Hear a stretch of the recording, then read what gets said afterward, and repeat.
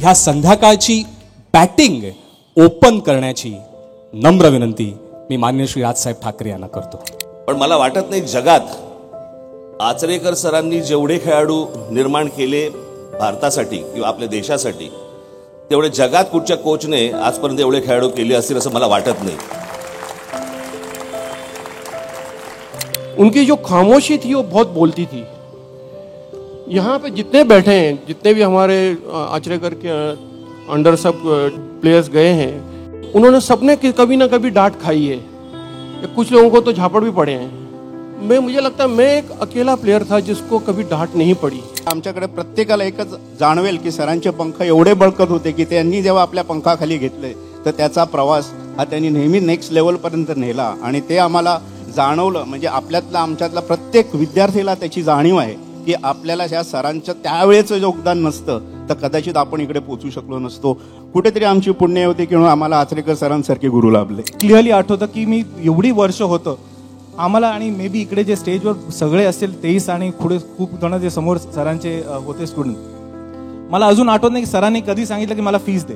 सरांचा लाडका गाणं कुठचं होतं माहिती? सर जरा रोज कराए वा दिल डूबा जाए आजा प्यारे प्यास हमारे खाए घबराए. लव यू सर. आज हा दिवस मी खरोखर सांगतो की भारताला खेळण्यापेक्षा हा मोठा आहे, कारण आज या आठवणींना एक उजाळा मिळाला आहे. माझ्याशी प्रत्यक्ष असं झालं की नाशिकला आम्ही एक प्रॅक्टिस स्टोअरला गेलेलो आणि सरांनी सांगितलं की 6:30 वाजता उठायचं आहे. आणि मी थोडासा आळशी असल्यामुळे मी काय उठलो नाही.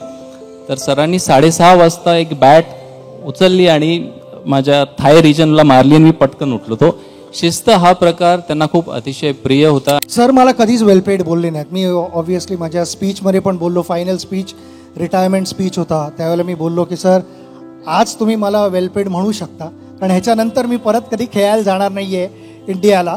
कारण सगळे माझ्याबरोबर अग्री करतील की नाहीतर सरांची अशी समज होती की याला वेलपेड बोलत हा जाऊन झाडावरती बसेल एकदम, त्याला वाटेल काहीतरी सॉलिड अचीव्ह केलंय आणि नेक्स्ट मॅचमध्ये काय दिवे लावेल काय माहिती नाही. आज सर आपल्यात नाहीत, पण सरांच्या आठवणी, सरांचं योगदान आणि सरांचा हा त्याग, ज्यामुळे हे क्रिकेटर्स आणि इतर सारे क्रिकेटर्स निर्माण झाले, त्यासाठी पुन्हा एकदा सरांसाठी, सरांच्या विद्यार्थ्यांसाठी जोरदार टाळ्या आपण सगळ्यांनी वाजवूया. Thank you so much.